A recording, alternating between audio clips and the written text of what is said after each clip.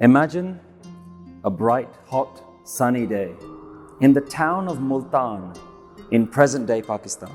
And outside that town, there is Guru Nanak Dev Ji sitting under the shade of a tree with his trusted companion Bhai Mardana Ji. And they start to sing Kirtan. Now, the town of Multan is a town with a lot of wise spiritual people.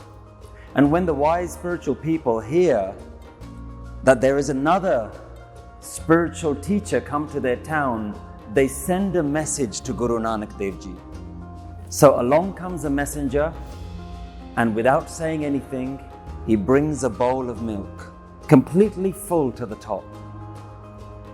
Guru Nanak Dev Ji looks at this bowl of milk and he reaches into his pocket. And out of his pocket, he pulls a white jasmine flower and he places it just on top of the milk and sends the messenger away.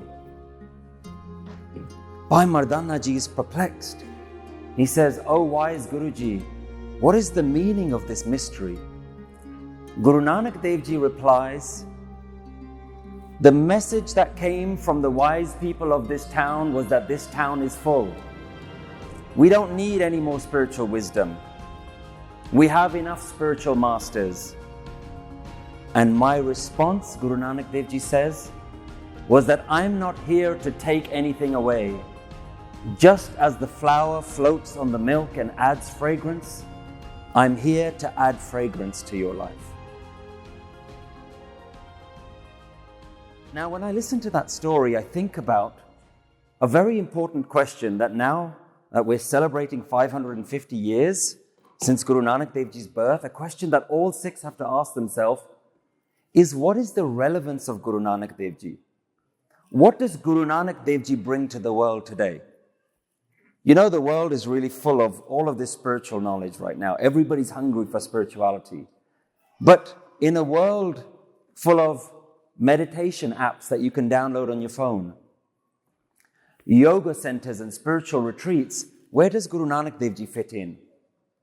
And the only way to answer this question as a community is if we first know, what does Guru Nanak Dev Ji do for ourselves in our personal lives? We first need to realize, what is Guru Nanak Dev Ji doing for us before we can share with the rest of the world what Guru Nanak Dev Ji does for them. Now, instead of me telling you what Guru Nanak Dev Ji does, I want to show you. And this is where I'm going to need your help. So I don't know how many of you can see this bowl. Are there any screens that can zoom in on this bowl? So this bowl, it represents my mind. And when I wake up in the morning, my mind is quite clear, but straight away my mind goes crazy. It starts thinking about things. Put your hands up. How many people think about food first thing in the morning? Eating breakfast. Okay, so breakfast is the first thing. So we start polluting our mind. We start putting things into our mind. That's a bit of food gone in there. Okay, I've got small kids. So what I start thinking about is I start thinking about getting my kids ready because they got to go to school. So I start doing that. Hands up. How many of you check your work emails first thing in the morning? Yeah, I do the same thing. Okay, so I start checking my work email, see if anyone's contacted me. Here's another one. How many of you, before you get out of bed, check your phone for social media? Yes? Guilty? Okay. So we do social media posts. Okay? Because everybody thinks they're the president and everyone thinks that they're the most important person. So you wake up in the morning, you think about your children, you think about going to work, you think about reading your work emails, and all that starts happening very quickly is that you start rushing around trying to get ready. You following me? Right? You start getting yourselves ready. What's happening to our mind first thing in the morning? It's getting really busy first thing in the morning. That's your mind in the morning. You know what Guru Nanak Dev Ji does for me? When I wake up in the morning and my mind is like that and all over the place, I close my eyes and I take a deep breath. And I say the magic sound that Guru Nanak gave me, Waheguru. And I say that a few times. And before I get out of bed, even though my mind is all over the place and it's thinking lots of these things, straight away I start looking at my life and I say, it's okay. My Guru is reminding me that life is temporary. My Guru is reminding me that not all problems need my full attention every single morning. And so when I still my mind and I slow myself down, very quickly, what starts happening to my mind? I don't know if anyone can still see this bowl. What's happened to all the noise of my mind? Say louder. It's gone still. When I wake up first thing in the morning, Guru Nanak Dev Ji is there for me. Because instead of me going crazy, I allow myself a few moments to listen to Guru's teachings, and the Guru stills my mind. So I know what Guru Nanak Dev Ji does for me every morning, and this is a very important thing. We all need to know what Guruji does for us. See, Guru Nanak Dev Ji isn't just here to give you a religion. Guruji didn't just come to give you long hair and some colorful turbans and colorful clothes. Guruji didn't come to give you some new rituals or some new things to practice. Guru Nanak Dev Ji came to make your life better. But because we don't do that, we don't actually listen to what the Guru is actually teaching us. We just get lost in this religion. And I'll tell you what, folks, most of us, with our teenage children, if your teenage children were here without you in the room, at least 50% of them would put their hands up and say that I'm an atheist. I don't believe in this God stuff. So what are we doing? This Guru Nanak Dev Ji thing isn't working if we don't know what it does for us. So what Guru Nanak Dev Ji teaches me is that happiness is already there. Happiness is already on the inside. But I know what some of you guys are probably thinking. Don't all religions teach that happiness is on the inside? What's so special about Guru Nanak Dev Ji's religion? Yes, Guru Nanak Dev Ji also teaches that happiness lies within you. But Guru Nanak Dev Ji did something fantastic. He took away the barriers to learning and finding this spiritual wisdom. You know, the people before Guru Nanak Dev Ji, if they wanted to find spiritual wisdom, you know what you had to do? You had to leave your family and meditate in a cave. You had to learn an ancient language because all the spiritual wisdom was locked in ancient language. Guru Nanak Dev Ji said, no, you don't need to learn an ancient language. No, you don't need to leave your families. No, you don't need to sit and meditate for hours and hours every day. You can do this in your daily life. The highest of spiritual experience, you can experience it whilst going to work. Whilst shopping, whilst dropping your kids to school, you can experience all that. So Guru Nanak Dev Ji does something amazing. He removes barriers. He doesn't cause barriers. And Guru Nanak Dev Ji comes with two companions. Does anyone know the names of Guru Nanak Dev Ji's two companions? Bhai Balaji and Bhai Mardana Ji? No. Guru Nanak Dev Ji comes with two companions that he wants to give you. Bhai Balaji and Bhai Mardana Ji are the historical companions, but Guru Nanak Dev Ji has two friends that he wants to give you. One is called Divine Praise, which Guruji calls Naam, and the other is called Divine Acceptance, which Guruji calls Hukam. And Guruji wants to give you these two companions. But you know what? In order for Guru to give you these two companions, there are two companions that you have to let go of. The first companion that you're holding on to and I'm holding on to is self-importance. And the second companion is attachments. And Guruji is saying, get rid of your attachments and replace it with divine acceptance. Get rid of your self-importance and replace it with the divine perspective. Now, how does Guruji expect us to do all this stuff? Sounds good, nice philosophy, but how does Guruji expect us to do this? Guruji has one more amazing tool to give you. Guruji gives you the tool of Prem Bhakti. divine love. Guruji did something fantastic. Guru Nanak Dev Ji said that love is my meditation. And why is love my meditation? Because in Japji Sahib, Guru Nanak Dev Ji describes the entire universe as a universe of love.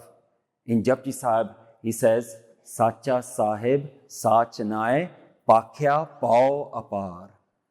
The Divine Master, in its divine system, speaks the language of divine love. Guru Gobind Singh Ji is famous for saying, Sach kaho sun leho sabai jin prem kiyo tinhi prabh payo. Guru Gobind Singh Ji says, I speak the truth, listen everyone. Only that person who has known divine love knows the divine experience. So Guruji is saying, love is my meditation. But what does that mean? How do I have love? What is divine love? Love doesn't mean that we just love everyone equally. Love doesn't mean that we just treat everyone with fairness and kindness. Guruji is not saying love everyone. Guruji is saying, I can see the universal essence in me is the same as the universal essence in you. And when I recognize that we are all part of a oneness, then I cannot help but love you. I cannot help but serve you. I cannot help but stand up for your rights. I cannot help but to see you with absolute love and no discrimination. No room for discrimination against race, no room for discrimination against your color, against your beliefs, against your sexual preferences, against what you do or what you don't do. No room for discrimination or segregation of any kind. That was Guru Nanak Dev Ji's way. So what do we do with all of this divine wisdom? How do we get into this state? And I'm sure some of you are thinking, yep, I do all of those things. I treat everyone fairly. I accept everyone equally. And if you think like that, Guru Nanak Dev Ji sets you a challenge. Guru Nanak Dev Ji sets you a challenge in Asa Divar, and he says the following words to prove whether or not you are living up to this high standard. He said, Manda kise na akhiye. Do not call anyone bad. Understand this. Manda kise na akhiye, par akhar eho bujhiye. Do not call any person bad. Do not criticize anyone. Do not look down upon anyone and look at yourself as higher than anyone else. You see how high Guru sets the standard? Now we all know we don't live like that. So how do we do this? How do we get into this state? So Guruji has given us love as the meditation. And now this is the point where I want all of you all to join me. You going to join me? I want all of you all to sit up straight. Anything that you're holding in your hands, put it down to one side so you're not fidgeting with anything. And this is a meditation we're going to do with 3,000 people. And this is a meditation whether you've ever meditated before, whether you're an expert at it or never done it. This is a meditation whether you're old or whether you're young, or should I say whether you're young at heart. So I'd like you all to sit up straight. And if possible, try and sit still. Close your eyes. Try and still your mind for a moment. And I want you to think about a person that you love the most. Bring that person in front of you, in the front of your attention. And now I want you to feel, what does it feel like for you to be in the presence of that person that you're so in love with? The one that you love the most. What do your feelings feel like? Just take a moment to notice what your feelings are.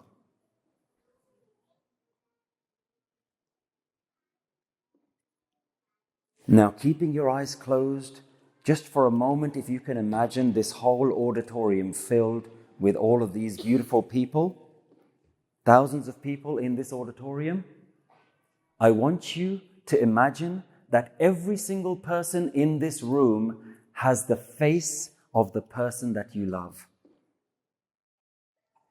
And notice how you're feeling for all of that changes. How do you now feel about every single person in this room? Imagine that there are thousands of people in this room and they all have the face of the one that you love. Now I want you to do something. Imagine that your face is starting to change into the one that you love. You become that person that you're in love with, and everyone around you is that person that you love with. And notice how you feel.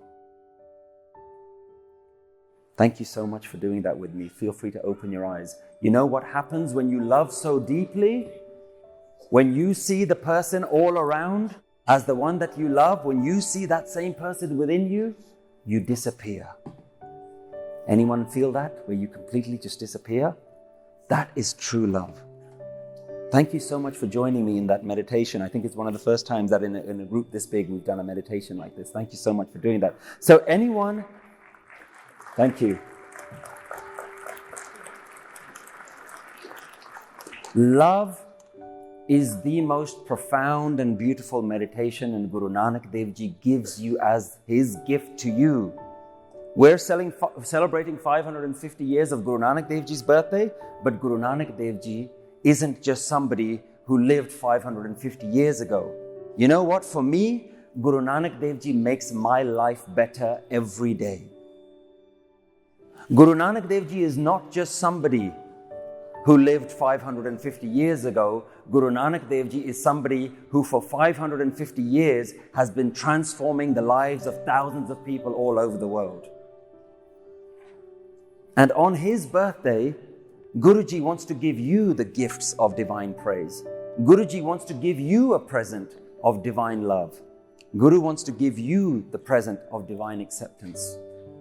Now the question is, are you ready to receive Guru Nanak Dev Ji's presence?